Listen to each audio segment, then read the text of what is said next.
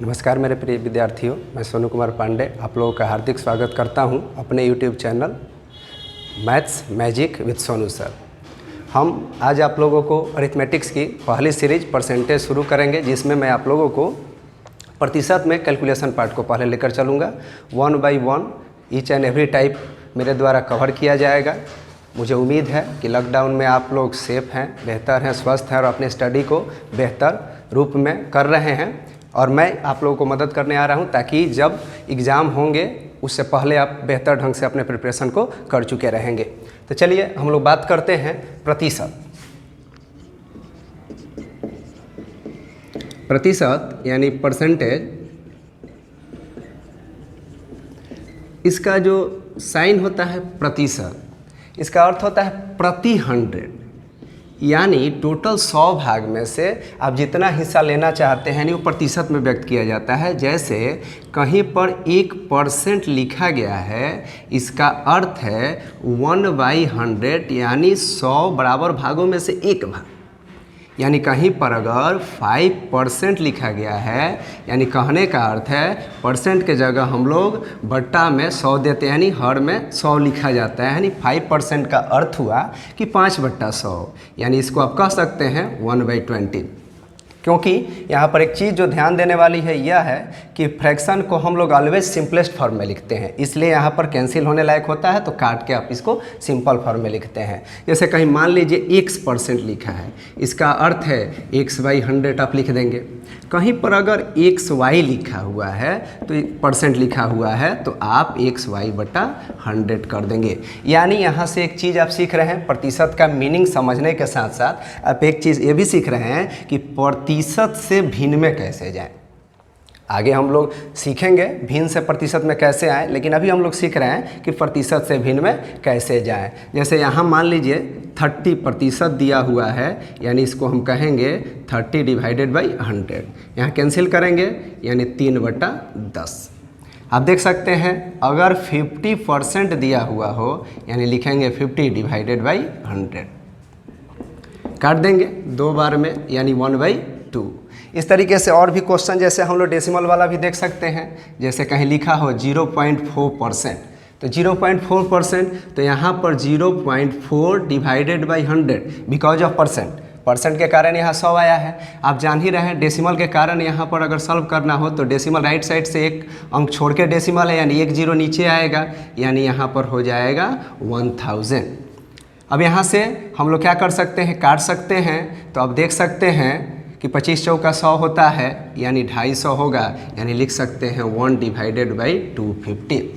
Next question हम लोग देख सकते हैं। जैसे मान लीजिए 12.5% दिया हुआ हो, 12.5% दिया हुआ हो, इसको अगर आपको फ्रैक्शन में बदलना है तो 12.5/100 परसेंट के कारण, और फिर देखेंगे डेसिमल के कारण जो 0 यहाँ देना होगा हम लोग देंगे, तो नेक्स्ट लाइन में लिखेंगे 125/1000। तो आप देख सकते हैं 125 से 8 बार में ये कैंसिल आउट हो जाएगा, यानी होगा 1/8।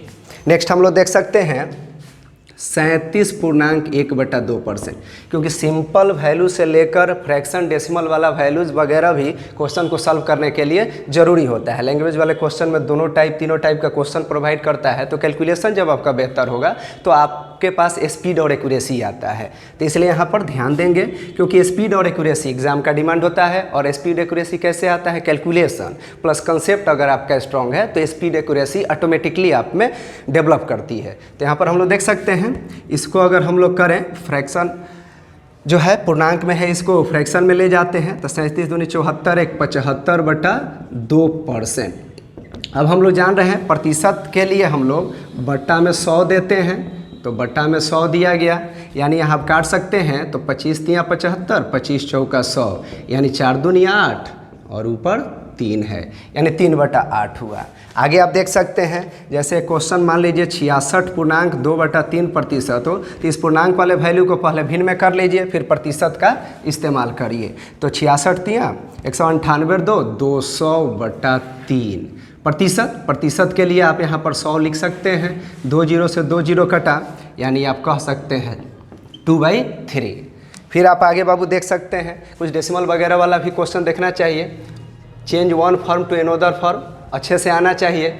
0.03%, 0.03%। इसको आपको चेंज करना है तो आप करेंगे, पहले परसेंट वाला काम करेंगे, उसके बाद डेसिमल वाला। परसेंट के लिए आप बट्टा में क्या देते हैं, 100 देते हैं, यानी डिनोमिनेटर में 100 दिया जाता है। फिर आप इसको नेक्स्ट लाइन में देख सकते हैं कि 0.03 है तो 3 दे देंगे, 1 2 अंक के बाद डेसिमल है, 2 जीरो नीचे ऐड हो जाएगा, यानी 1 पर 4 जीरो हो जाएगा। अगर ये सिंपलेस्ट फॉर्म में आता, कटने लायक होता, तो ज़रूर हम लोग इसको काटते। नेक्स्ट आप क्वेश्चन देख सकते हैं 1.6%। तो 1.6% है तो इसको हम लिख सकते हैं पहले 1.6% की वजह से यहाँ पर 100 दे लीजिए। उसके बाद आप आगे यहाँ देख सकते हैं डेसिमल के कारण 10 यहाँ पे आएगा। इसको काट सकते हैं तो 4 से कैंसिल कीजिए, ठीक है, 8 से भी कैंसिल कर सकते हैं, 8 दूनी 16 और 125 वाट है, 1000 होता है तो 125, यानी हम लोग इसको लिख सकते हैं 2/125।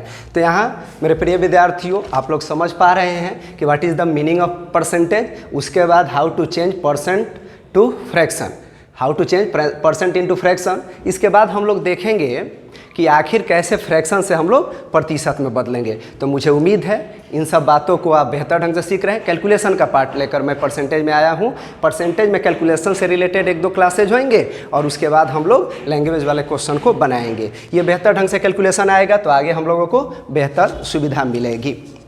अब चलिए आगे देखते हैं।